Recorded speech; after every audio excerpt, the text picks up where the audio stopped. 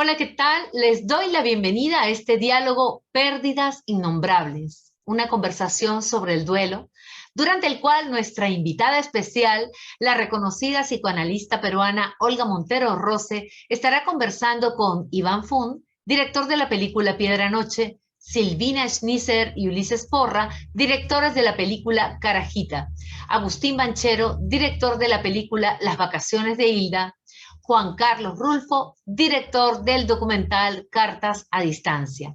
Las cuatro películas forman parte de la competencia de ficción y de documental respectivamente en el marco del 26 Festival de Cine de Lima, PUCP. Primero, quisiera agradecer a nuestros presentadores, el Ministerio de Cultura del Perú, la Fundación BBVA y al Gran Teatro Nacional, a nuestro patrocinador France 24 y al Instituto Nacional de Radio y Televisión del Perú, IRTP, a nuestro auspiciador, El Comercio. También a nuestros colaboradores especiales, la Embajada Suiza y la Embajada de Francia en el Perú, y a Ejeda por el licenciamiento al festival. Bueno, sin más preámbulos, les dejo con Olga Montero Rose, Iván Fun, Silvina Schnisser, Ulises Porra, Agustín Banchero y Juan Carlos Rulfo. Muchas gracias a todos por estar acá. Muchas gracias a Marco Muletaler por la invitación, a Katy por permitirme, por invitarme, por acogerme. Cuando Katy me contó que la mesa nuestra se iba a tratar sobre el duelo, y me amedrenté, me asusté, ¿no? Enfrentar el dolor nunca es fácil.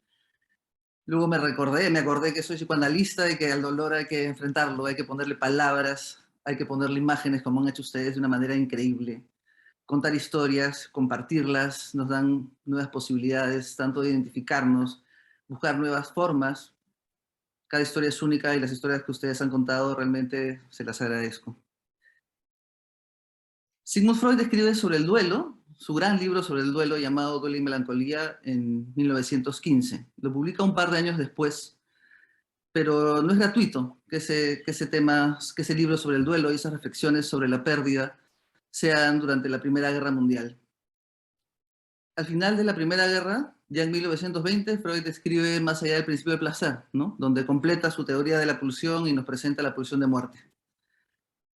Los contextos como el de ahora, ¿no? Hablando de la muerte, siempre son sensibles, particulares, pero también permiten creatividad. Creo que eso es lo que nos salva, ¿no? La posibilidad de crear, de recrear y de elaborar. ¿Qué nos dice Freud sobre el duelo, ¿no? Es lo que enfrentamos ante la pérdida de un ser querido, ¿no? Él nos dice que este ser querido generalmente es una persona, es un vínculo, pero también puede ser un ideal, puede ser la patria, puede ser la libertad, puede ser algún sueño perdido, y ante esas circunstancias también hacemos un duelo. Y este proceso es complicado, ¿no? Y Freud nos decía que teníamos una cantidad de libido, ¿no? Una cantidad, como que llegábamos con una cantidad de amor, con una cantidad de esta energía erótica, ¿no? Que él nos contaba que íbamos invirtiendo en las personas que amamos, en los procesos que hacemos, en los ideales que tenemos, ¿no?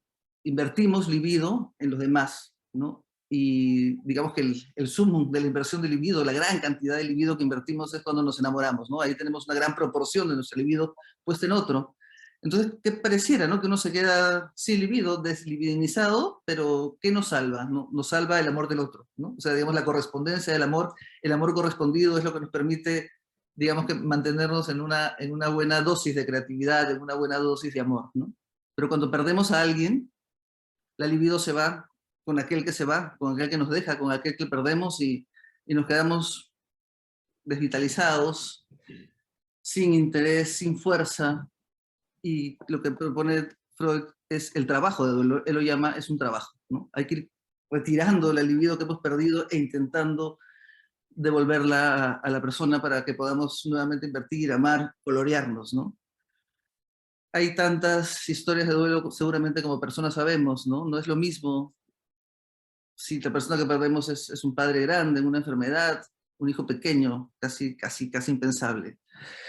La pareja de años, la relación que tenemos con ellos, y los contextos también muy particulares, ¿no? Digamos, no es lo mismo acompañar a un padre a morir, estando cerca, o esperar la noticia de una muerte frente a la vereda de un hospital, como nos cuenta el conmovedor documental de Juan Carlos Rulfo. Cuando terminé de ver el documental, absolutamente conmovida, sentí que había visto una historia de amor, ¿no? En la muerte hay amor, ¿no?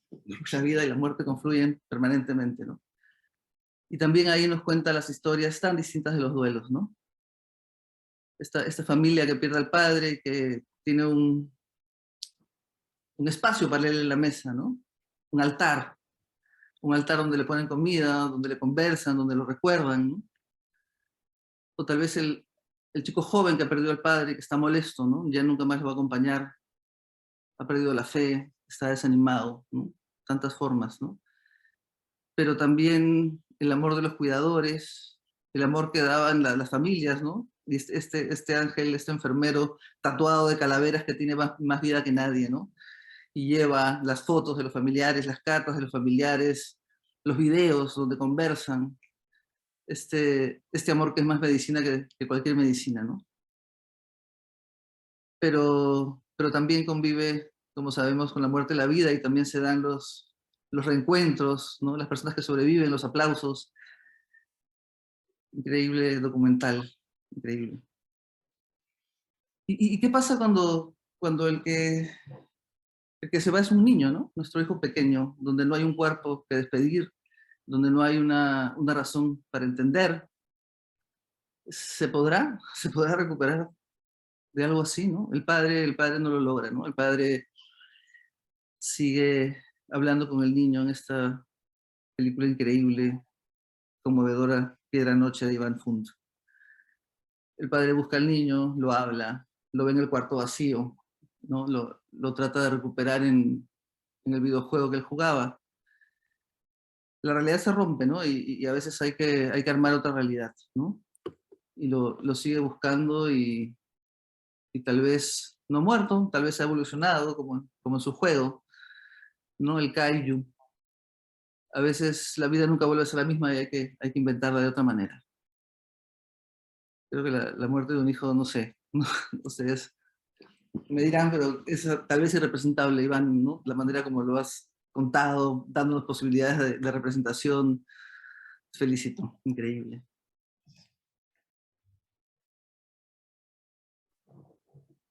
Pero también hay otras variables, ¿no? Que impiden y que dificultan el duelo, ¿no? Variables de clase, ¿no? Aquello que llamamos la raza, aquello que nos separa, ¿no? A pesar del amor, ¿no? Carajita de Silvina Schnitzer y Luis Esporra cuenta una historia con otras complejidades, ¿no? Empezamos viendo una historia también de amor, ¿no? Entre una niña y su nana, ¿no? Una relación entrañable, sincera, buenísima, ¿no? Y ocurre el accidente, y ocurre la tragedia, y ocurre, tal vez, no sé, lo irreparable, ¿no? Esa película nos deja muchísimas preguntas, y creo que de eso también se trata el arte. Preguntas que hay que plantearse, que hay que preguntarse, que hay que intentar resolver.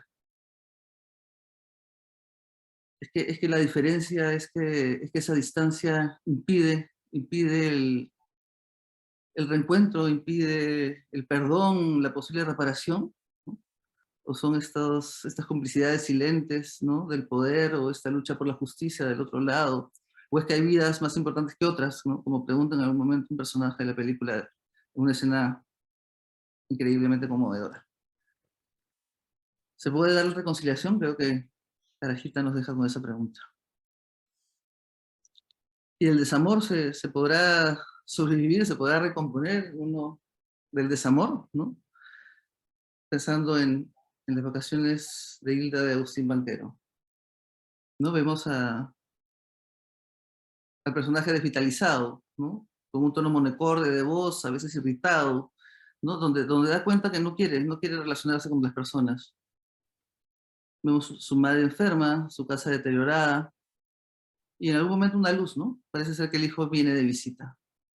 Ella canta un poco, empieza a arreglar esta casa derruida que antes hemos visto en esta dura imagen de los cuartos de niños que está vacía, ¿no? Pero el hijo no viene, y otra vez todo se ensombrece, ¿no? Pero la película está narrada como me hacía recordar una sesión de psicoanálisis, ¿no? nos muestra el presente, pero hay que ir al pasado para entender. Y nos vamos al pasado, ¿no? A las vacaciones, donde hay voces de niños, pleitos, pero también sonrisas, ambivalencias del hijo adolescente, y una relación contrariada de la pareja, ¿no? Pero también, ¿no? Con amor, con sexo, con problemas, con traiciones. Y está narrada la parte del pasado de una tensión, ¿no? Una tensión que como que nos avisa que va a haber una pérdida, que algo va a ocurrir, ¿no? Y que alguien se va a desmoronar como se desmorona ese contenedor de semillas, ¿no? Las 4 historias, queridos, los felicito, ¿no? Cada una muestra determinados aspectos de la realidad de la pérdida, del duelo, y conversar con ustedes hoy día va a ser un honor. Les dejo la pregunta, ¿no? Yo les contaba que hace poco publiqué un libro. Yo soy psicoanalista hace mucho tiempo, pero estoy fascinada con el proceso creativo y es lo que quisiera que compartieran con nosotros, ¿no? O sea, el proceso creativo de ustedes, cómo eligen la película que van a hacer, cómo eligen el tema los elige y cómo lo hacen, ¿no? Les doy la palabra, de repente pueden contarnos cada uno un poco de eso y vamos armando este espacio. Muchísimas gracias. ¿Quién se anima a empezar?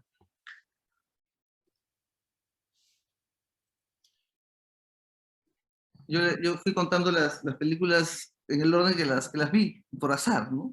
Cada una me fue sorprendiendo de diferente manera. No sé si respetamos ese orden para animarlos a hablar o no sé. A ver, los espero. ¿Empezás vos, Juan Carlos? Es que estamos despertando todos y es bonito escucharte, Olga, porque de repente, qué bueno que empezaste para empezar a agarrar vuelo. Muchas gracias. Ay, bueno, si quieren, para que sea irremediable el orden y tengamos que hablar al final de cuentas todos. Ok. Bueno, pues gracias por las flores a todas las películas, estoy de acuerdo. Sí. A mí me pasa una cosa que efectivamente yo perdí a mi padre hace 30 y tantos años por un asunto natural de la vida, se va. Y hay algo que me ha pasado ahora con las pandemias, que ya estamos en la 7ª ola, o no sé ya cuántas, en donde se está yendo mucha gente. Definitivamente hay toda una generación, la generación que nos enseñó, que me enseñó por lo menos a mí, toda esta generación de 75, 85 se está despidiendo. Entonces ha habido muchas muertes más allá de la pandemia, sino tal vez por la naturaleza. Al mismo tiempo vivo en un país latinoamericano, México, pero que también está asolado por toda una serie de violencias, de desapariciones, de torturas, que además los medios se encargan de amacizar y de dar todavía más fuerza, ¿no? Entonces uno vive con una especie de pánico, de terror constante, de miedo de salir a la calle, de dejar a tu hija que salga a la calle porque la desaparecen y te la devuelven en una bolsa llena de chacachitos. Es verdaderamente espantoso lo que escuchas y a lo que te acostumbran a vivir. Pero en medio de esto ocurre algo. Admiro mucho a los argentinos y el cine argentino, el cine chileno, en esta suerte de haber podido crear una especie de, saben, como de verlo en perspectiva, de una especie de espiral, después de haber vivido lo que vivieron, de poder contar la vida cotidiana de otra manera. Es decir, dentro de la vida existe todo este espacio de terror o de pérdida o de muerte, pero también está la vida. Es decir, el tema no es fundamentalmente la desaparición o la muerte en general. Sí ha habido, tenemos historias de las madres que buscan a sus hijos, de los parientes que buscan a sus desaparecidos o todo el menú que ustedes quieran agregar. Pero el amor, la vida, no digo el optimismo necesariamente, pero puede ser. Pero que en las películas y en nuestros discursos haya una especie como de esperanza hacia el futuro, creo que es importante. O sea, en el caso mío aquí en México, creo que no podemos seguir escuchando series de narcos destructivas y de una especie de abayazamiento total donde estamos creando héroes que quieren ser narcos, ¿no? Porque pues todos ven las series, quieren ser ese nuevo héroe que está ahí. Sino están empezando a suceder cosas quiero hablar del vecino, quiero hablar de la gente que está enfrente de mí, quiero hablar del que vende en el mercado y crear estos pequeños héroes, estos pequeños personajes que tienen el valor de salir a la calle y trabajar, simplemente. Pero una cosa que es también muy importante es que después de este proceso de duelo, sí hay un aprendizaje. No podemos decir que regresamos a la nueva normalidad. En el caso de la pandemia, es una película, Cartas a Distancia, habla de eso, de unas cartas que los eh, familiares quieren entregarle a su paciente que está dentro del hospital. Como ustedes saben, en la pandemia no puedes tener contacto con el que está dentro por la infección. Y el enfermero funcionó en este caso como hilo conductor entre las familias y el que está en el interior. Lo cual te hace tener en tus manos una serie de confesiones tremendamente cercanas al corazón de la gente. Tú estás con una cámara ahí que te permite de repente, sin tener que hacer toda una especie de preámbulo, de conocer al personaje y tratar de enamorarlo para que entonces ceda a ti y que pueda decirte todo lo que él piensa, sino depende, pones la cámara en on, la prendes y ¡boom! Viene toda una especie de confesión y de vida completa para dársela al que está allá adentro. Y a final de cuentas entendimos que esa fue la mejor medicina para salvar a la gente. El amor, la confesión en neta de alma y cuerpo, aquí estoy, estamos y te queremos y perdona si te hicimos algo mal en la vida, pero aquí estamos contigo. Y el que está dentro lo recibe con toda la energía que eso contrae.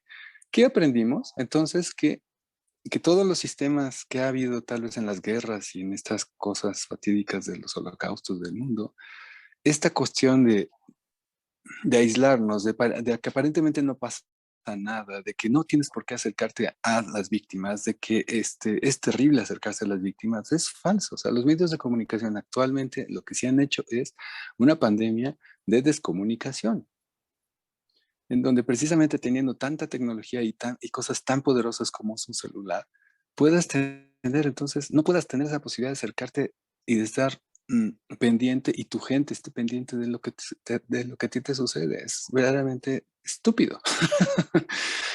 A nivel teórico de todo lo que estabas hablando, Olga, del psicoanálisis, no dudo que esto tiene ciertas consecuencias, pero a nivel práctico está comprobado, por lo menos en lo que viví de estos meses, 2 meses muy concretamente, de un abril y un mayo en México del año 2020, vivimos una especie de silenciamiento universal en donde para nada servía toda esta tecnología para poder acercarnos, sí para aislar. Perfecto, las plataformas funcionaron para crear películas domingueras donde alejémonos de toda esta realidad tremenda. E incluso nadie quería la película de Cartas a Distancia porque no querían hablar de la pandemia. La pandemia no existe. Esto no pasó aquí. Borrón y cuenta nueva. ¿Qué es eso? ¿No? Y no porque quiera ser amarillista, y esto ya para concluir, no es porque queramos estar tocando las cosas que nos duelen, es que precisamente hay que pasar la vuelta, hay que doblarla, hay que pasar la página, pero no para olvidarnos, sino para aprender y saber que podemos ser mucho más fuertes, mucho más constructivos, asumiendo ciertas formas de acercarnos a la tragedia, digamos. ¿Ya? No, no, quizás luego platicamos más del punto, pero esta posibilidad de hablar de esta elipsis, de esta especie de tener perspectiva del lugar que duele al lugar de la construcción, en donde la vida continúa y en donde sí hay luz, es fantástica. O sea, a final de cuentas, creo que tenemos la posibilidad de tener una sociedad mucho más poderosa, más fuerte y mucho más cercana entre sí, entre cada uno de los seres que vivimos aquí. Nada más, por ahora. Sí, fantástico. Claro, es cierto, ¿no? O sea, digamos, la posibilidad de crecer con cada experiencia, ¿no? De renovarnos, de aprender, de vincularnos de otra manera, ¿no? O sea, digamos, en, en, en lo que tú transmites, ¿no? Digamos, en la imposibilidad de estar cerca, ¿no? Y la forma como ellos lo lograban, ¿no? Tal vez no deje la enseñanza de poder hablar más, de poder tocarnos más, de querernos más, de decirnos más, de estar cerca y elaborar, ¿no? Esto ha sido, lo conté al comienzo, ¿no? A mí también me asustó hablar hoy día sobre el duelo y ver las películas que iba a Sí, y ver. lo que es grave es deleitarnos con la tragedia, es decir, el amarillismo por el espectáculo. Es decir, cada película puede ser fuerte por el hecho mismo de estar ahí donde duele, donde hay una tragedia. Dramáticamente ya es poderosísima. ¿Ya para qué? ¿Ya para qué cuentas eso? No, digamos, no. Pero tienes un suceso poderosísimo y ahora, ¿qué haces con eso? Es una responsabilidad brutal tener eso en las manos. Bueno, ¿a dónde lo vas a llevar? ¿A dónde vas a llevar al espectador con ese corazón latiente o ese dolor? Y esa es la gran pregunta ahora y que es una gran responsabilidad. Absolutamente. Es lo que sentía con la película Tú y Iván, ¿no? Enfrentar la muerte de un hijo, tal vez para los padres sea el mayor terror, ¿no? Sí, Cuéntanos, cuéntanos lo tuyo. bueno, totalmente. Bueno, gracias Olga, bueno, gracias a todos. Y un poco en la línea de lo que decía Juan Carlos también, es como lo primero que a mí me llama la atención de cuando leo el guión original, hace ya muchísimo tiempo, hace como 10 años, bueno, es una historia muy triste, como decís, probablemente debe ser el peor dolor que alguien pueda atravesar, una de las peores tragedias, pero en esa historia tan triste, en ese guión original había un elemento fantástico esbozado hacia el final de la historia, más bien sugerido, que siempre me quedó resonando y me llamó la atención como si fuese una especie de fisura o de grieta ahí, y que yo sentía que había algo ahí que hacía resonar esa historia de ese dolor de otra manera. Entonces, a la hora de empezar a producir la película y de adaptar el guión, lo que hacemos es un poco eso. Entiendo que, o sea, mi forma de poder abordar el tema y en la que me interesaba era justamente poder, a través de ese elemento fantástico, expandirlo y hacer que de alguna manera envuelva y abrace esa historia, ¿no? Y a esos personajes desde ese elemento, dejarlo más de manifiesto. Porque también, y era la manera en que yo podía acercarme a esa narración. Es curioso porque yo no lo entendí nunca necesariamente como un proceso de duelo en términos más estrictos, ¿no? Sino era más como una especie o sea, en todo caso servía para revelar con mayor fuerza ese anverso que era el amor de esos padres, y de cómo la amiga y la gente que los rodeaba los podía acompañar. Era esta idea era más que un duelo, una expansión. O sea, un duelo no en términos como de un proceso que ellos cerraban necesariamente, sino de poder expandir una percepción de esa realidad y poder reconocerse en la mirada del otro. Sobre todo, era desde ahí que yo veía a esos personajes atravesar esta instancia. La película sobre todo, son unos personajes que terminan habitando la mirada del que no está. Terminan cayendo o empezando a transitar un poco la mirada de ese niño que no está. Y reconociendo desde ahí, bueno, esa posibilidad de, como digo, ¿no? de poder ver un mundo un poco más vasto y en ese sentido lo que decía Juan Carlos, poder atravesar el día a día con el duelo del día a día, ¿no? O sea, todos sabemos lo que es levantarse a la mañana.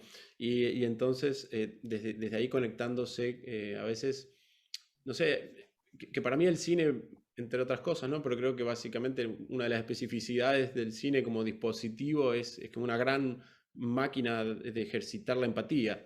Y es uno de los mejores, de alguna manera, sobre todo si lo ves al lado de otras personas también.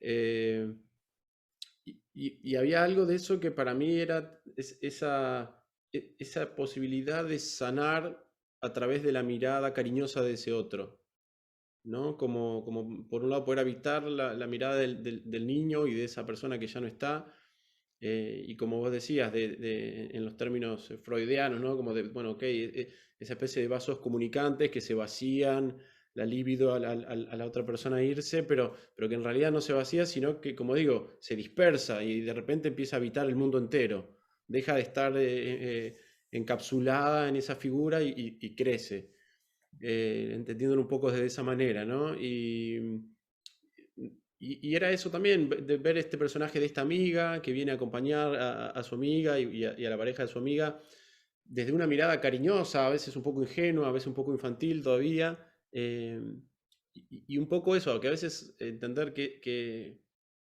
también se puede sanar simplemente sabiendo ver al otro. Hay una frase que a mí me gustó mucho de uno de los consejos que le da Gurdjieff a su hija, uno de los 80 consejos que le da, que dice: si no la tienes, imita la fe.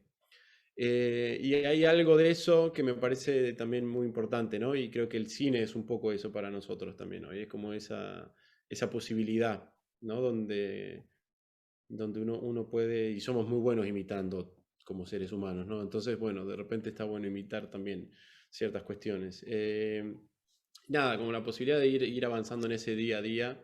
Y también era una historia, Piedra Noche, que por lo general las historias de duelo, un poco también en relación con lo que decía Juan Carlos, ¿no? Suelen terminar mal todo, o sea, hablan de, o sea, si hay una pareja que pierde a un hijo o si hay alguien que pierde a alguien, el amor que los unía suele irse con eso también.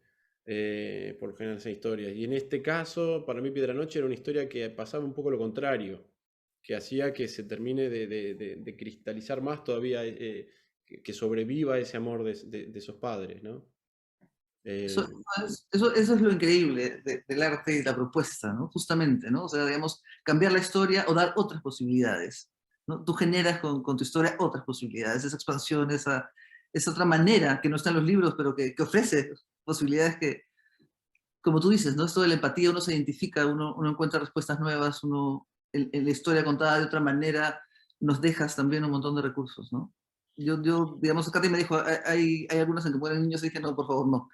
Pero cuando terminé de ver la tuya, pensé, wow, ¿no? O sea, esto que dije al comienzo, ¿no? Siempre el arte nos aporta, nos da nuevos insumos, nos da nuevos sentidos, nos da nuevas maneras, ¿no? Y creo que Y, lo has hecho. y creo que es eso, ¿no? Y a la vez es una herramienta que, bueno, digamos, la ficción no es lo contrario a la realidad, digamos, ni a la verdad. Es una herramienta más para poder atravesarla y por y dejando de manifiesto, o sea, haciendo posible que convivan las incongruencias y los opuestos, cosa que muchas veces con otros mecanismos se nos hace más difícil, ¿no? Poder ver el mundo en esa indeterminación y en esa vastedad. Entonces, para mí, Piedra Noche, bueno, me daba esa posibilidad. Y obviamente también, de alguna manera, un poco más prosaica de mi parte, era hablar sobre el cine y sobre el vínculo que nosotros tenemos con el cine y sobre cómo de alguna manera también el cine representa esa posibilidad que decimos, ¿no? De poder pensarnos en otra expansión y poder mirarnos amorosamente también, ¿no? Y ejercitando esa empatía. Así es.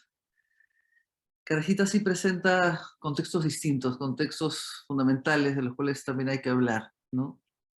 Me parece muy valioso la incorporación de la naturaleza como símbolo, como cuidado también, ¿no? Por favor, cuéntenos ustedes, complementen nuestras percepciones. Bueno, primero, Olga, hermosas tus palabras. Como iniciaste la charla, a mí me sobrecogieron y me dieron muchas ganas de ver el resto de las películas, obviamente. Igual, debo decir que ahora voy a hablar de mí, particularmente con la película, es que cuando el tema de la película no fue elegido por nosotros, a nosotros nos vinieron con un guión que ya estaba escrito, o sea que la idea original de la peli no es nuestra, es de Uy Aprida, que es guionista y productora también de la película. Y algo que nos pasó a los dos fue que cuando leímos el guión estábamos de acuerdo en que ni Ulises ni yo nunca hubiésemos escrito una historia con una tragedia. Y la verdad es que los escucho a ustedes hablar y digo, wow, estamos en un grupo de valientes, porque justamente es un tema que yo no sé si alguna vez me atrevería o me hubiese atrevido a indagar o a meterme. Creo que tuvimos la oportunidad de hacerlo gracias a que nos vino y la vida nos lo trajo en un punto. Y me llama la atención porque los escucho hablar, por lo menos hasta ahora Juan Carlos e Iván, y me encanta escuchar que no solo que fueron valientes en meterse en un tema así, sino que además lo hacen de manera optimista. Y me llama la atención porque nosotros, cuando nos metimos con este tema, creo que vamos a ser la única peli que no es tan optimista, que es un poco más, se fue por otro lado, digamos, no se fue por el lado del amor. Entonces, o justamente lo pusimos a prueba y usamos otros elementos. Entonces, nada, me hace un poco pensar que cuando nosotros encaramos Carajita, una de las cosas, y que charlamos mucho al respecto, y que charlamos hasta el final del proceso, tuvo que ver con que queríamos que por lo menos al final haya un poquitito de luz, un poquitito de justicia, aunque sea sugerida, porque no queríamos entregarla de manera tan cruel en un punto. Y fueron charlas arduas y muy intensas con respecto a esa decisión que queríamos tomar, ¿no? Que es un poco el epílogo de la película.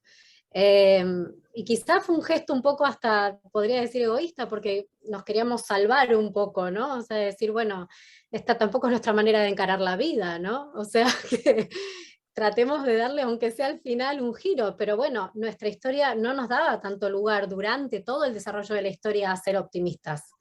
Teníamos un plano político y un plano social muy fuerte que justamente nosotros quisimos traer a la película. Esa fue nuestra propuesta cuando Uya nos vino con el guión. De hecho era más la propuesta original era optimista en cierto punto. ¿No? Sí, sí, era optimista a un nivel que ya nos resultaba hasta veces, cruzaba un poco la línea y creíamos hasta veces que era inocente directamente, ¿no? O sea, como que el amor pueda trascender las clases de esa manera nos parecía un poco raro, no comulgaba tanto con nuestra idea, entonces aportamos esa parte y quisimos traerla a la historia, pero la verdad que la historia del duelo en sí, en nuestro caso, no ahondamos tanto desde el amor, lo ahondamos totalmente desde otras capas que tienen que ver con un sistema, que tienen que ver con algo que impera y que realmente finalmente triunfa en un punto por sobre el amor, ¿no? Sí, nos ocurría que esta idea original del accidente, digamos, que todo lo cambia, que como dice Silvina, creo que ninguno de los dos hubiera escrito jamás o en estos años una película que gira en torno a un accidente, ¿no? Y el duelo que sí ocurría con ese accidente, que era muy gratuito de alguna manera. O sea, ¿por qué? ¿Cómo vamos a hacer una película donde ocurre una tragedia con esta gratuidad y no ir al fondo de la cuestión? No teníamos tiempo de salvar a ninguno de los personajes, digamos, ¿no? Y ahí, hablando un poco del duelo, claro, la película transcurre en unos pocos días, digamos, al menos desde el accidente hasta el final, pasan unos pocos días, y en un momento teníamos dos opciones. Una era, bueno, quedarnos con Yarisa, que es la que realmente pierde a la hija, y acompañarla y hacer ese gesto de valentía, digamos, que sería, bueno, indagar y profundizar en un personaje que acaba de perder a su hija, digamos, ¿no? Y no fue esa la elección que tomamos, justamente por esta cuestión, que estábamos más enfocados a usar ese accidente y ese seteo de situaciones que se daba en esa relación con los personajes al principio de la película, para tratar un tema un poco más social, ¿no? Y enfocarnos en eso. Entonces, fue una elección para nosotros. O sea, si justamente Carajita tal vez no es una película sobre el duelo, es porque formalmente, si te das cuenta, a Yarisa la abandonamos durante gran parte de la película para enfocarnos en otras cosas. Porque decíamos, si no nos vamos a meter a fondo, no la podemos ver. O sea, es como... Y sí que lo que logramos de alguna manera es que ella pueda, al final de la película, y también a través de esa escena que creo que tú hacías referencia antes, Olga, que es la prima, digamos, de Marjorie, que también ambas, la prima en ese momento y Arisa hacia el final de la película, de alguna manera pueden explotar, digamos, pueden decir, pueden dejarse llevar por el sentimiento que están teniendo, que eso también nos lo debíamos de alguna manera, ¿no? Pero es verdad que bueno, éramos muy conscientes de que no estábamos metiendo el dedo en la llaga de ese duelo que debía estar viviendo Yarisa en ese momento, ¿no? Igual yo creo que es de muy valientes hablar de las cosas que ustedes hablan y de plantear las preguntas que ustedes plantean y de plantear las situaciones que también tenemos que enfrentar y buscar, ¿no? Buscar, si es que fuera posible, soluciones, pero por lo menos ya enfrentarlo es muy, muy importante, ¿no? Digamos, el tema del amor, ¿no? De se atraviesa realmente las barreras de clase o de diferencia, o esto que mencioné hace un rato de si hay vidas que son más importantes que otras, ¿no? Es una pregunta dura, durísima, pero que hay que mirarla, ¿no? Creo que la película de ustedes está muy, muy bien planteada. ¿no? Y es conmovedora también, ¿no? Digamos, yo me quedaba, yo me quedaba después de cada película un rato conmigo, ¿no? Porque creo que el cine también logra eso, ¿no? Lo felicito. Gracias. No veo a Agustín, no sé. Estoy por acá. Hola. Qué bueno. Ahí estoy. No, estaba escuchándolos. Sí, Muy lindo. Me gustó mucho escucharlos y la ventaja de ir último es que fui escuchando cómo iban hilvanando las ideas y me parece muchas ganas de ver sus películas. Ojalá pueda verlas ahora en el festival. Voy a intentar no perderme ninguna. Eh, Pensaba ahora sobre todo esto lo que estaban diciendo y sobre el proceso creativo, esto que consultabas o como que era la pregunta, el punto de partida, y sobre y me vino a la cabeza un tema que me pasó cuando era estudiante, que fue un momento casi epifánico, ¿no? Fue como una epifanía que me pasó. Estaba caminando por la Rambla de Piriápolis, no sé si los amigos acá argentinos conocen, alguna vez fueron a Piriápolis, que tiene una particularidad, es en el este del país, que venden muchos libros usados, ¿no? Muchísimos, hay como una parte donde venden muchos libros. Yo estaba caminando y empecé a mirar los libros, ¿no? Y en el montón de libros, en un momento me vine como una angustia y no sabía bien qué es lo que me estaba pasando. Y lo que me pasaba era que veía que había muchas historias, que se habían contado muchísimas historias, que había un montón. Tengo un gatito acá, perdón, que estoy corriendo, un gatito que está por saltar a la biblioteca justo. Había muchas historias. Y a mí lo que me pasó fue como que qué sentido tenía seguir contando, ¿no? Y aparte era como ver entre esos títulos, había muchos títulos que no conocía, otros títulos que conocía y no me gustaban, y después había muchos que me gustaban mucho y que había autores que admiraba muchísimo. Y eso me dejó como quieto, me dejó como inmóvil. Ese año en la escuela de cine me costó muchísimo escribir también, porque pensaba todo el tiempo qué sentido tenía lo que tenía para aportar lo mío. Y igual había un pulso de seguir escribiendo, ¿no? Igual había algo que me seguía como diciendo, tengo que seguir haciéndolo, pero no por hacer una carrera, sino porque tengo algo que algo como que me estaba molestando, que no sabía bien qué era. Cuando me di cuenta, un poquito fue que era que tenía que retratar solamente, lo único que encontraba sentido era si yo estaba mirando lo que tenía al lado. Y un poco lo que decía Juan Carlos al principio, ¿no? Eso de, yo soy uruguayo, no soy argentino, pero un poquito eso, lo de la espiral también. Que también es una cosa estar como muy cerca, pero a la vez estar cerca capaz que puedo generar una perspectiva para otro desde ese lugar. Sin entreverarme en ese concepto, quiero decir, si empiezo a retratar lo que tengo cerca, mis vínculos, mis relaciones, empezaba a cobrar un poquito de sentido ese pedazo de angustia que estaba formándose ahí al lado. Lo que terminó pasando es que empecé a generar una película que no estaba entendiendo. Hasta hoy me pasó, hace poco tuve una función en un espacio alternativo y la volví a ver la película y empecé a darme cuenta de cosas que hice que recién estoy entendiéndolas cuando la estrené el año pasado la peli. Y, y eso me parece que es maravilloso del cine y de la representación y que tiene que ver mucho con el psicoanálisis también, ¿no? De que yo creo que las películas tienen que tener esas fisuras irracionales. Las películas que a mí me interesan son las que la tienen, ¿no? Las que no está todo cerrado, sino que hay cosas que el autor o la autora se permiten, dejan esos vacíos o esas lagunas, no son vacíos, yo creo. Lagunas porque permiten reflejos de nosotros mismos, ¿no? Y a la vez esos espacios permiten que el espectador pueda verse, ¿no? Pueda entender o puede completar.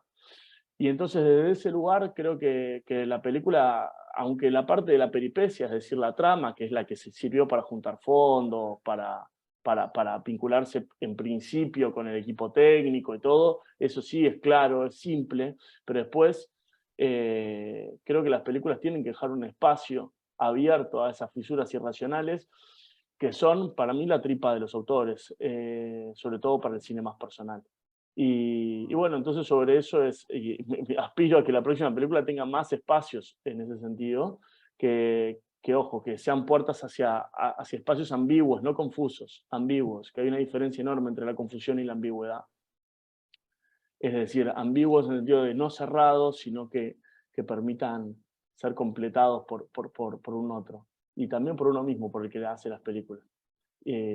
eso es un poquito lo que sí sucede, es que son largos los procesos, muchos años pasó una peli y todo lo que pasa en el medio, no sé, yo me pasan tantas cosas que ahora estoy hablando justo, capaz que estoy hablando de la exhibición del viernes pasado, esto que me está pasando ahora, pero en el medio pasamos por todo.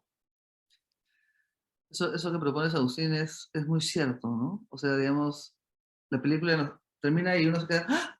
¿No? Y uno se queda, yo me quedé desarticulada y poco a poco fui encontrando sentidos. Ahora quiero decirte, la dirección de tu actriz es increíble. ¿No?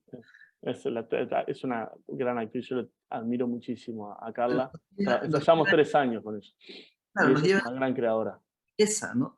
O sea, digamos, lo sutil del dolor es algo muy, muy logrado, ¿no? Y quiero tomar esto que tú dices un poco para reiniciar la conversación con ustedes, porque creo que has tocado un punto fundamental, ¿no? Y es como, después de hecha la obra, tenemos el feedback de quien de que la generosidad o de ir a verla o comentar el libro, en el caso mío, que es una experiencia muy novedosa que tengo, ¿no? Donde la gente va comentando acerca de eso y sorprendiéndonos, ¿no? En todo caso a mí, sorprendiéndome. Alguien toma una parte del texto, otra, a veces complementan cosas o entienden que se ha dicho cosas que no tenía intención, pero que sí, efectivamente están ahí, ¿no? O sea, digamos, el espectador, el lector completa nuestro trabajo y nos enriquece y nos sorprende. Y esta ambigüedad de la que habla Agustín, creo que llena esos espacios, ¿no? Y quería preguntarles cómo han recibido, ¿no?, las personas la película de ustedes y cómo han sentido esta retroalimentación, este feedback que da el público, si los ha sorprendido, si los ha complementado, si... A mí me parece que esa vuelta de tuerca, ¿no?, de la creación, el producto y la generosidad de quien lo comparte con nosotros también nos transforma, ¿no? Quería consultarles, preguntarles cómo había sido la experiencia con ustedes. No sé si repetimos el orden o ya estamos a ser espontáneos. Si quieren repetir. Entonces, Don Carlos. bueno, poco a poco vamos a meter el desorden para que Fantástico. romper el hilo. De acuerdo, de acuerdo. Bueno, hay algo que tiene que ver con eso en esta película sobre la pandemia, porque casi nadie la ha visto, es decir, precisamente por este impasse en el que nadie quería ver algo de este tema, porque no, yo quiero ver otra cosa, hábleme de otra cosa, no quiero saber más de esto que escucho todos los días. Todos los días hay en las noticias el balance, así como el dólar, la cotización del dólar diariamente también está la cotización de cuánta gente muere, cuántos no, cuántos... Es una cosa que dices, bueno, a ver, ¿no? Y eso hacía que de rebote ningún exhibidor o ningún festival, incluso me sorprendió que ahorita en Perú hubieran querido la película porque fue muy curioso. En el mundo nadie la ha querido ver. Hasta apenas en este año empezó con otra perspectiva, como si hubiera habido el tiempo específico correcto para poder ver algo así. Es decir, se abre un momento histórico en el que se pueden ver las cosas. Incluso tuve la suerte de ver varias de las películas que están en la Academia Gringa, y había 2 o 3 películas muy espectaculares, llenas de recursos, llenas de posibilidades de poderse meter hasta la cocina en los hospitales donde están ocurriendo las cosas, de Discovery Channel o de National Geographic sobre todo, ¿no? O sea, películas con amplio presupuesto donde tienen el poder de meterse, de poder convencer a las autoridades, de poderse meter incluso con los alcaldes de la ciudad, de los hospitales, de la policía, en las morgues, donde sea, ¿no? Siguiendo con el tema medio tremendista. Pero acá que no hablábamos de eso, ya estaba la película terminada y exhibiéndose para los Oscars, ¿no? Las películas estas que estaban compitiendo para el Oscar nunca, excepto en algunos festivales, llegaron más allá. Bueno, me sorprende esto, de que en ciertos momentos, parece que hay alguien ahí que decide cuándo estamos listos para recibir ciertos mensajes, ¿no? Ciertas películas. Sin haberla visto ni siquiera, ya decían, COVID fuera. Pero precisamente lo que estaba planteando, como bien ahorita lo han dicho, y Agustín tocó un tema muy importante que tiene que ver este espacio en el que todos tenemos que llenar algo que ni siquiera conocemos. Por eso creo que hay tantos autores que han escrito tantas cosas, pero en su momento y en los momentos que les tocó vivir, por las cosas que les tocaron vivir y que les tocó digerir y que han sido como ladrillos de esta gran casa de la comunicación o de la expresión que hemos tenido a lo largo de la historia de la humanidad, ¿no? Es decir, Shakespeare existe porque existe algo antes, o la filosofía de Kant o Hegel o Byung-Chul Han existe ahora porque existieron todos los otros. En fin, lo mismo pienso que ahora con el cine. Estamos escribiendo lo que nos toca vivir y por supuesto tenemos todas esas otras referencias que de alguna manera, para bien o mal, bueno, las conocemos, pero pues no vamos a copiar, vamos a vivir lo que estamos teniendo aquí. Bueno, copiar es decir, pero siempre hay uno es un poquito de todo, lo mismo, ¿no? Pero sí, para mí fue muy curioso como ahora pareciera como que han decidido que es momento de ver esta película, de que estamos listos para recibir estos mensajes, de que podemos resistir, cosa que dices, en fin, me ha dejado pensando y he tenido poca recepción por parte del público, es decir, ha tenido tal vez 4 o 5 exhibiciones públicas con poca gente y se va a exhibir ya comercialmente en la Ciudad de México, en todo el país, a partir de octubre, donde se va a hacer, bajo pretexto, una especie de homenaje al personal médico de todo el país, lo cual me va a servir para inundar todas las salas, tanto como pueda, pero ha sido encontrar un dispositivo curioso, ¿me entienden? O sea, si la sacara a cartelera como común con mortal, por ser documental primer tache, no, yo no quiero ver documental, qué flojera. A mí no me gustan los documentales, lo tengo que decir. He hecho documental toda la vida, pero estoy intentando hacer cosas que no parezcan necesariamente la estadística, los datos duros o todo ese tipo de circunstancias, sino que se te olvide que estás viendo un documental y que entras en esta historia de la vida cotidiana y que tienes personajes que pues yo no podría haber inventado, que eso estoy totalmente de acuerdo con Agustín, y que me sorprenden y que te dejan sorprender y te llevan a lugares que uno va rellenando precisamente, espacios vacíos que uno va rellenando precisamente con el encuentro con esta gente y con el encuentro con el espectador, que finalmente para quien trabajas, ¿no? En fin, en eso estoy y todo está muy sensible también en el plan de, ay, a ver por dónde van los trancazos o las emociones o las recomendaciones o si es muy fácil o es muy tramposo entrar con algo así para que la gente entonces se sensibilice o no, en fin, preguntas, ¿no? Gracias. Sigo yo, seguimos el orden entonces. Bien. Puedes empezar a hacer desmadre si quieres, como No, decimos acá. empiezo a hablar de otra cosa, hablemos de fútbol, de otra cosa. Y ahí Bueno, podemos empezar, ya desayunaron, por ejemplo, podemos empezar con ese tipo. O sea, es algo sensible, estas horas los veo todos así como que bueno, por ejemplo, por allá. Sí, bueno, ya metí el software, perdón. Gracias. Gracias. Ahí está, bien, bien. No, bueno, en mi caso, un poco respondiendo a la pregunta de Olga de la recepción y eso, pero también me quedé pensando en lo último que decía Agustín.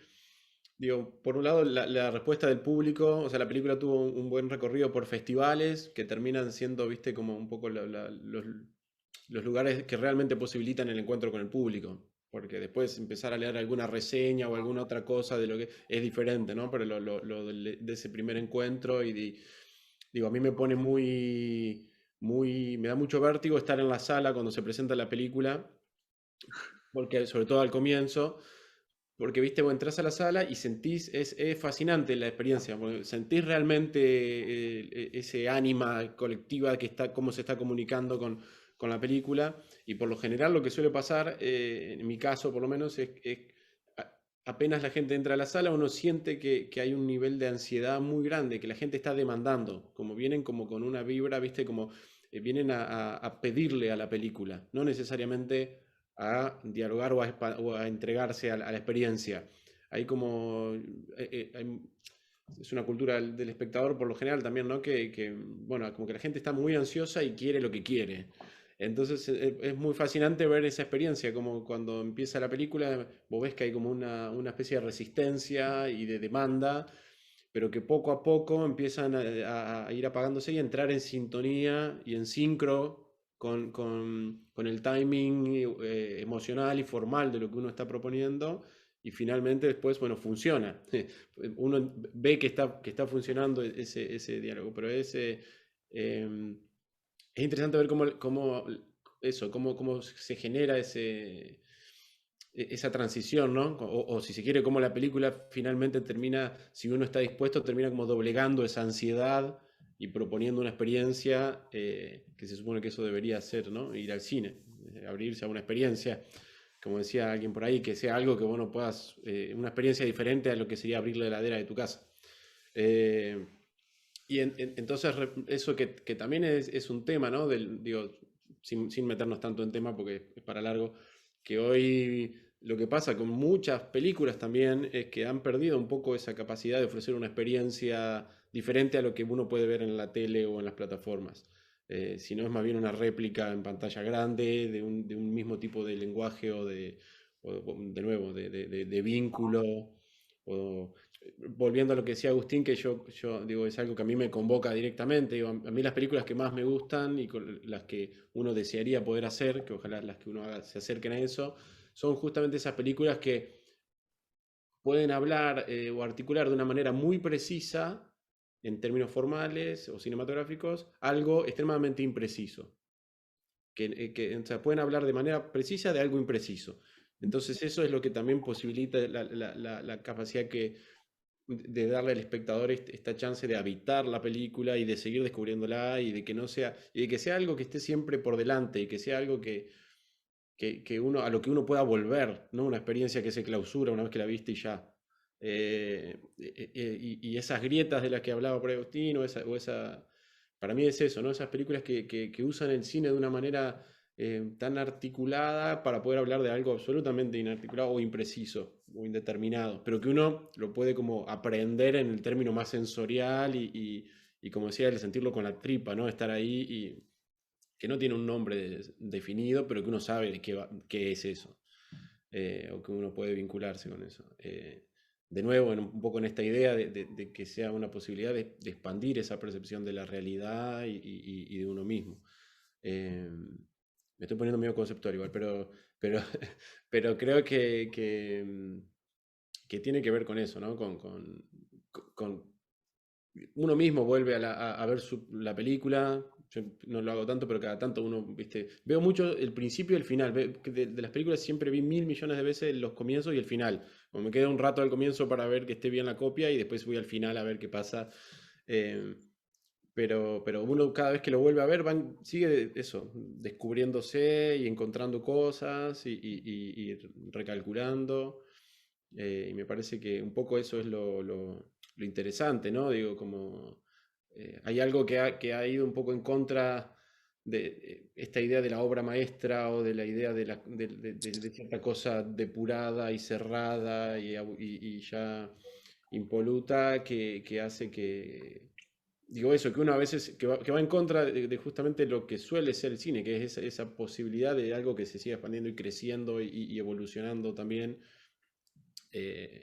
Y que sea como una posibilidad de, digo, o sea, cambiar la variable sobre la cual uno debería preocuparse, no pensar en cómo metemos el mundo en este cuadrado, sino en entender de cómo hacemos que este cuadrado empiece a dialogar el rectángulo, perdón, algo que filmes en 1:1, empiece a adaptarse mejor a esa realidad que uno tiene enfrente o adentro, donde sea. Ahí te tengo que decir algo, Iván, nada más para que te preocupes en vez de entrar al principio y al final. Una vez en Bafisi, cuando presenté una película que se llama En Rollos, que eran 5 rollos, 4 rollos. Entré al principio, perfecto. Salí al final, perfecto. Pero es que en medio pusieron el rollo 3 y luego el 2. Entonces, por eso toda la gente me decía, ay, muy interesante este momento en el que dije, a ver, no te equivocaste de película. Y luego, bueno, la tercera opción, por supuesto, había 2 opciones, meter el 3 y el 2, y luego el 4, no, había nada más esas 2 opciones, pero bueno, cuando presentaban la película en orden, bueno, era otra historia. No sé cuál fue mejor al final de cuentas, es decir, la imprecisión de la precisión. Exacto, es eso. Bueno, eso es lo lindo del asunto. Entonces, bueno, no, para meter desorden, pues. Fantástico, fantástico. Gina, Ulises, para, ¿Qué tal? sí, porque estoy ordenadita yo, pero creo que para darnos posibilidad de conversar. Está bien. Qué lindas palabras en general, la verdad que es muy interesante escucharlos. muy la verdad lindo que sí, escucharlos. sí. Em, En nuestro caso, bueno, yo lo que se me venía a la cabeza un poco es que sí, la peli tiene su recorrido por festivales, me sumo con Iván de que al final termina siendo un poco la pantalla de estas películas, por suerte que existen todavía esa posibilidad, pero además en nuestro caso teníamos un plus que tenía que ver, la película es de República Dominicana, yo soy argentina. Se cortó el audio. ¿Se ha ido el audio? Sí, a mí también, yo lo dejé de escuchar también. Ah, yo también. Sí, mira, Ahí no nos escuchan, nosotros estamos bien. ahora ahora- sí. ¿Sí? Ah, Sí, ahora sí. No sabemos Pero qué pasa. cortó. Porque la conexión es inestable, dice. a ver, bueno, que hable otra persona y tratamos de ¿Querés? solucionarlo. Cambiamos la conexión a otro internet, quizá así Claro. funciona mejor. Si quieres hablar tú, Agustín, y así Claro, podemos. ¿no? Hacemos un poco de Habla, caos y cómo nos fuimos, nos vamos adaptando al mundo Zoom, ¿no? También digo, seguimos después de 2 años adaptando al mundo Zoom. A mí me pasó una cosa curiosa recién, que cuando hiciste la pregunta, Olga, hubo un apagón en la casa. Se me apagó la computadora, no entendía nada. Entonces, ahora cuando retomo, estaba respondiendo Juan Carlos. Entonces no llegué a escuchar la pregunta, pero me interesa, para mantener esta cuestión de este formato, de dejar las fisuras y de lo impreciso, que es como por donde viene la conversación. No quiero saber la pregunta, sino voy a deducir cuál fue la pregunta a partir de la respuesta de los colegas. Aunque me quitaron la posibilidad, los compas que se quedaron sin sonido, tener unas respuestas más. Pero supongo que viene un poco por el lado de los espectadores, por lo que están diciendo, por la recepción de la película. Y en cuanto a lo que decía Juan Carlos sobre lo de cómo se ve o cómo se recibe una película COVID, COVID por decirlo un título, ¿no? A mí me pasó una experiencia parecida, que yo estoy ya financiando la próxima película y tuve que ir a un festival a pitchear, ¿no? A hacer el pitching de la película nueva, y la película nueva se llama Las muertes pasajeras. Y cuando doy todo el pitching y todo, el primer consejo, la primera mano que se levanta es cambiar el título. Y yo le digo, ¿por qué voy a cambiar el título? Es un título muy triste, me dice. Y entonces yo le digo, ¿por qué ese título? Primero hablar ya de poner un adjetivo como triste, es como para mí, es como cuando te dicen también una película depresiva o cosas así, que a mí me parecen como son una simplificación completa de un relato, ¿no? Poner un adjetivo así tan tajante, me parece que solamente limita la interpretación de las películas. Pero bueno, en fin. Y entonces, cuando yo le digo, bueno, yo no comparto ese adjetivo, pero ¿por qué? Y me empiezan a decir, estamos viviendo tiempos muy difíciles como para que vos pongas una película que se llame Las muertes pasajeras. Y yo le digo, bueno, pero si no estamos afrontando el dolor, si no estamos mirando lo que nos pasa, si no nos animamos a decir con palabras, el dolor lo único que estamos haciendo es barriéndolo por abajo de la alfombra. Es decir, y eso va a seguir existiendo. Entonces, bueno, eso fue como experiencia que ni siquiera existe la película, estoy hablando de un proyecto, estoy hablando de algo como que viene encaminado, y ahí me siento, ahí empatizo mucho, Juan Carlos, con esto que estabas diciendo. Y en cuanto a lo de los espectadores, la recepción de la película es interesante porque en Uruguay yo trabajo también en teatro, es decir, escribo y dirijo teatro. Y algo que no puedo parar de hacer es comparar el espectador de cine con el de teatro. Y es interesantísimo lo que pasa. El teatro obviamente es un arte que tiene muchos más siglos. Y creo que el espectador, para simplificar, porque si no se iría a mucho tiempo esto, ¿no? Para hacerlo bien simple, el espectador de teatro tiene una apertura hacia los discursos más ambiguos, ¿no? ¿Y por qué? Porque de base, si vos estás en una sala con un fondo negro y dicen, vienen los caballos, yo me tengo que imaginar los caballos. Entonces, naturalmente, es como hay una amplitud en ese sentido, y el cine en algún punto todavía estamos respondiendo, si hacemos una comparación con la pintura, hacia un arte más figurativo, ¿no? Hacia una cosa, veo esto, significa esto, ¿no? Como una cosa más... y ¿qué sucede? Igual pasó algo interesante con la película en ese sentido, de que hubo gente que me conocía por el teatro, que fue a ver el cine, Entonces iba a ver la película como, bueno, si se derrumba un silo no significa que se está derrumbando un silo. No estoy diciendo que el cine no tenga lenguaje connotativo, sí lo tiene la metáfora, tiene el sistema alegórico, es decir, tiene un montón de cosas. Lo que quiero decir es que si yo no llego a comprender algo, muchas veces el espectador de teatro lo desafía. Y el espectador de cine, no todos, ni cerca, y mucho menos los espectadores de festivales, pero si vas a una sala comercial, yo estuve en salas comerciales con mi película, y claro, y salían y había gente que estaba enojada, porque decía, ¿por qué se derrumba ese silo, por ejemplo? ¿No? ¿Qué significa eso? ¿Quién lo tiró? No, nadie lo tiró. Es decir, bueno, yo no iba, nunca me puse en el lugar de explicar la película. Evito eso. Pero sí, otro tipo de espectadores, que es el espectador que más quiero yo, es el que dice, entonces ¿esto qué significa? Y va para atrás en la película y empieza a hacer conexiones. Y sobre todo, si eso lo puedo vincular con algo personal, más me gusta, o más me estimula como vincularme con ese tipo de espectador, y ese es divino porque es el que espero encontrar en los festivales siempre, ¿no? El espectador que frente a la duda quiere más, no queda por fuera, y eso de vuelta vuelve a la diferencia entre confusión y ambigüedad, ¿no? Un tema que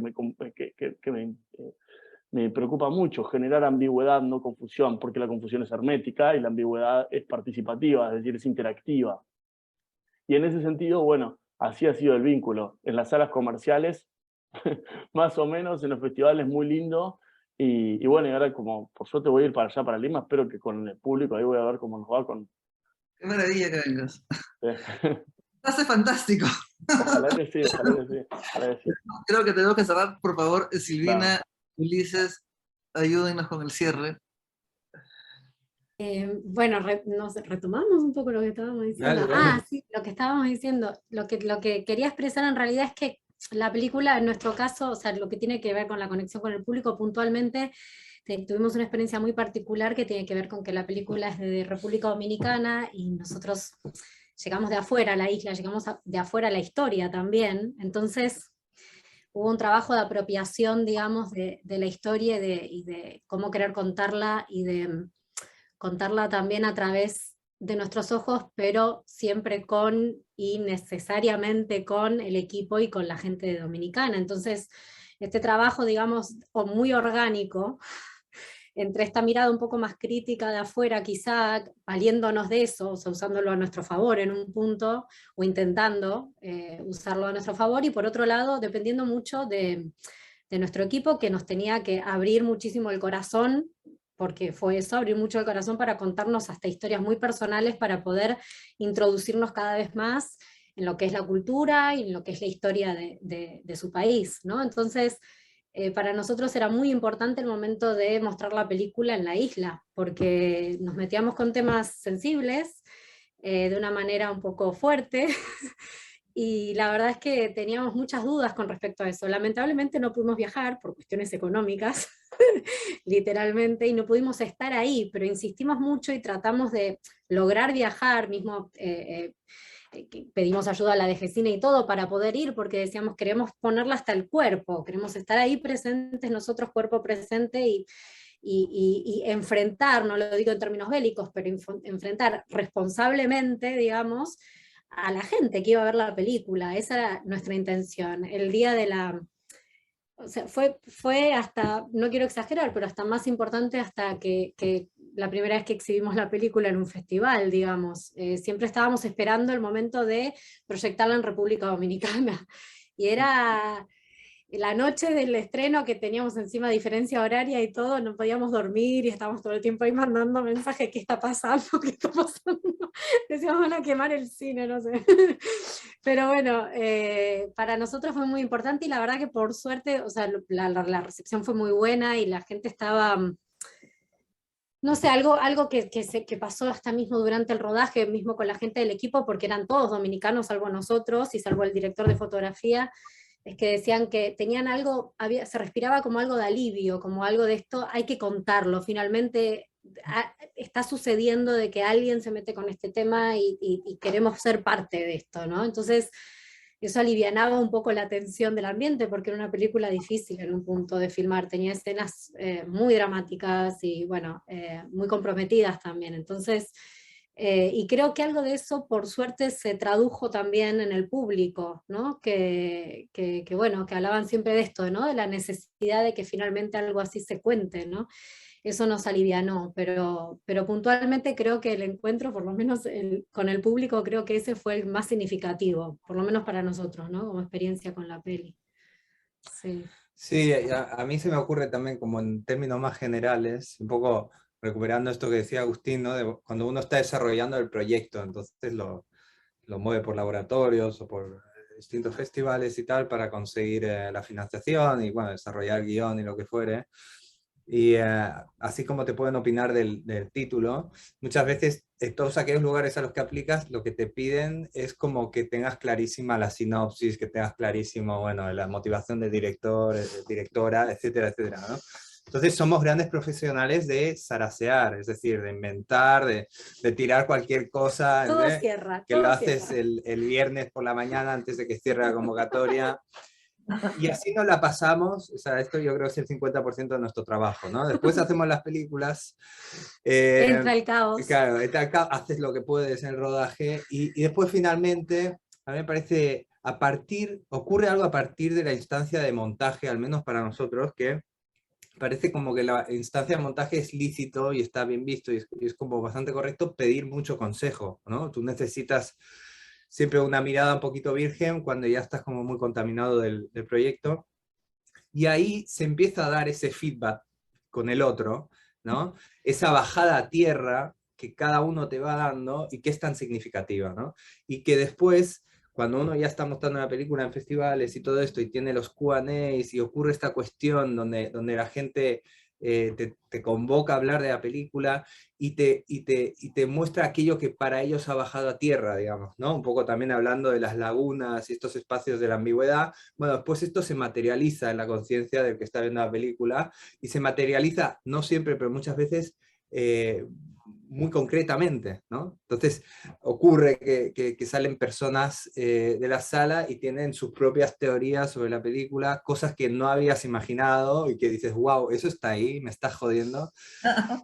Y de alguna manera acaban definiendo lo que es la película para uno mismo, ¿no? Entonces, por eso, no sé, en nuestro caso, las primeras entrevistas que hacemos cuando arranca la película a dar vueltas son un desastre, pues no sabemos de qué hablar. Incluso repetimos alguna de esas zarazas que escribimos cuando estábamos desarrollando el proyecto. Y cuando uno ya está terminando, ya lleva un medio año, un año, ¿no? La película existiendo y siendo vista por otros, uno empieza a entender un poco más lo que pasó en ese proceso, ¿no? Nunca se cierra de todo la definición, me parece, una película, justamente porque una película es inexplicable, es una experiencia y habla por sí misma, ¿no? Pero es curioso, ¿no? Lo necesario que es inevitablemente la mirada del otro para que ese círculo se complete, ¿no? De alguna manera. Sí. Muchísimas gracias. Tenemos que terminar. Ojalá nos reencontremos. No saben cómo deseo conocerlos. Aunque ya las películas nos han dicho mucho. Gracias por el coraje, por no claudicar, por seguir contando historias que nos cuentan y que, como ustedes dicen, no se acaban en el final de la película. Al contrario, creo que ahí los que podemos disfrutarla, podemos recrear, podemos soñar de otra manera, podemos tener respuestas diferentes que solo cada uno de ustedes pudo hacer de la única manera que lo han hecho y les agradezco. Muchas gracias, Katy, por la invitación. No, muchísimas gracias a todas, a todos. Ha sido una mesa increíble. Estoy aquí pegada, escuchándoles, viéndoles. Desearía tener otras 2 horas más para seguir escuchándoles. Realmente muchas gracias, Olga, muchas gracias, Juan Carlos, muchas gracias, Silvina y Ulises, que pudieron conectarse juntos. De verdad, muchas gracias. Iván, muchas gracias, Agustín, muchas gracias. De verdad que ha sido un conversatorio, una charla, un encuentro súper profundo, creativo y empático y sensible. Creo que hemos escuchado sobre el amor. Me quiero quedar con eso, que es una mesa que quería hablar sobre el duelo, pero han terminado hablando sobre el amor. Y eso me parece súper interesante. De verdad, muchísimas gracias. Bueno, yo espero volverles a encontrar pronto, pronto. Por ahora seguiré buscando su cine.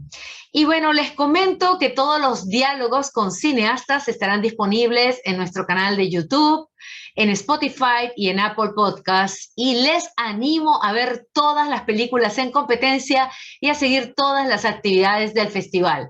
Pueden ingresar a nuestras redes sociales y a la página web www.festivaldelima.com para conocer toda la programación. Y recuerden que el cine nos reúne. Bueno, hasta pronto. Gracias. Gracias.